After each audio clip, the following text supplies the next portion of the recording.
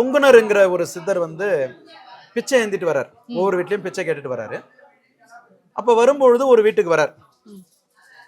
அங்க வந்து பிச்சை கேட்கும் பொழுது அவங்க வந்து ரொம்ப வருத்தப்பட்டு சாப்பாடை கொடுக்குறாங்க.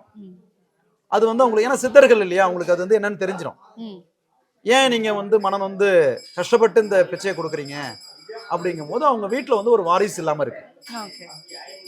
உடனே அவர் சுவாமி என்ன பண்றாருன்னா விபூதியை வந்து ஒரு பிரசாதமா கொடுத்து இதை நீங்க உள்ளுக்கு சாப்பிடுங்க, உங்க வீட்டுல ஒரு குழந்தை வருங்கிறாங்க.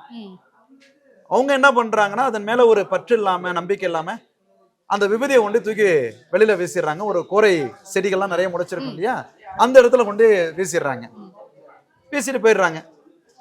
திரும்ப அவரு ஒரு காலம் கடந்து வர ஒரு வருஷம் 2 வருஷம் கழிச்சு வரும்பொழுது அந்த வீட்டுக்கு வரும்பொழுது எங்கம்மா உங்க வீட்டுல ஒரு குழந்தை இருக்குமே அப்படின்னு கேட்குறாங்க.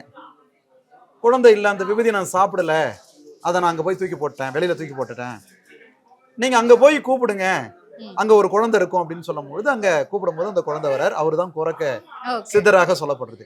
கோரப்புள்ளில உருவானதுனால இவர் வந்து கோரக்க சித்தராக பேர் வந்து வந்தது. கண்டிப்பாங்க. இந்த இடம் வந்து அவருனால பிரசித்தி பெற்ற ஒரு இடங்கள்ல இது ஒரு இடம் அப்படிங்கிறது சொல்லப்படுது. அது போல பாம்பாட்டி சித்தரை பத்தி சொல்லலாம்.